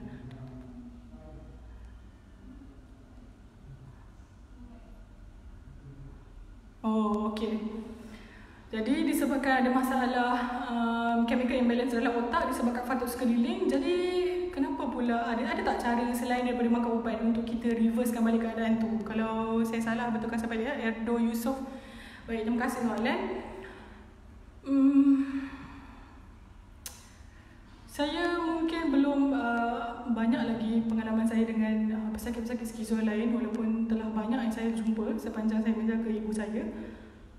Tetapi untuk reverse balik apa yang berlaku di dalam otak kita disebabkan chemical imbalance tanpa menggunakan perubatan moden adalah buat masa sekarang adalah illogical, ya. Buat masa sekarang adalah illogical. Sebabnya mungkin akan terjadi dalam beberapa cases, ya. Dalam extraordinary cases macam John Nash, bila dia tak makan ubat, dia boleh kembalikan chemical balance di dalam otak dia dan mencapai intellectual capacity yang mungkin setanding seperti mana di awal usia dia masuk Princeton ataupun lebih hebat daripada itu, ya. Sebab kalau baca penulisan dia pun dia memang sangat luar biasa, ya. ayat-ayat dia, walaupun saya tak tahu kecenderungan ideologi dan juga politik dia tentang apa, sebab itu pun juga boleh mendefinisikan pemikiran seseorang. Tetapi bacaan-bacaan dia tentang benda-benda lain, tentang kosmos juga sangat menarik ya. Boleh cari. Jadi mungkin akan boleh terjadi dalam beberapa extraordinary cases seperti John Nash, dan juga saya tak baca lagi tentang kes-kes yang lain, tapi John Nash ni adalah exceptional case ya. Dan pakar-pakar pun masih mengkaji bagaimana dia boleh mencapai kepada rationalization of disability dia tadi. Sebab dia tak makan dah antipsychotic drugs dari tahun 1970-an, tetapi dia boleh kembali dan melogikakan, merasionalisasikan kewarasan dia. Dia sedar yang dia tak waras. Ini sesuatu yang luar biasa tau. Dia sedar dia tak waras, tapi dia tak waras, tapi dia sedar. Ya, itu jawapan saya lah. Kalau ada beberapa kes yang terjadi di Malaysia seperti yang Edro Yusof katakan, saya tak tahu. Mungkin boleh kongsikan dekat sini. Okey, inilah saya lah sebelum saya baca petikan tu. Sekadar pandangan, mungkin saudara boleh cuba ajak buat latihan matematik atau logik dengan mak saudari. Mungkin dengan buat latihan matematik atau logik akan membuatkan dia pulih kembali dan menghilangkan unsur irrasional beliau. Buktinya seperti filem Beautiful Mind atau permainan silang kata. Ya, betul. Saya sentiasa reserve kepada option itulah sekarang, sebab saya rasa untuk option agama saya dah tak payah cakap dah, sebab mak saya sudah terlampau banyak tahu dan lebih banyak tahu daripada saya. Saya rasa macam kalau solat tu pun saya rasa perlu untuk dia sejahterakan balik hati dia, ataupun sekadar exercise fizikal untuk kesihatan dia. Sebab kalau dia makan antipsychotic drug lepas tu dia flat terbaring sampai 3-4 hari, kalau dia tak bangun, tak buat apa, masak pun ada orang sediakan, dia akan jadi obes ya. Jadi kalau dia semayang, dia adalah latihan sikit pergerakan ya. Jadi dia bersenam lah sikit kan. Jadi kita encourage dia untuk semayang. Dan dia tak pernah sikit semayang pun, sebab dia kata dia kena semayang kan. Okey, tapi terima kasih atas cadangan saudara. Saya akan cuba. Setakat ini selalunya buat masak-masak lah, sebab dia suka masak-masak. Cumanya masak-masak dia suka masakan-masakan yang Islam-Islamis ni. Dia kata tak boleh minyak, tak boleh bawang, tak boleh garlic, kena letak habatus sauda je. Jadi saya pun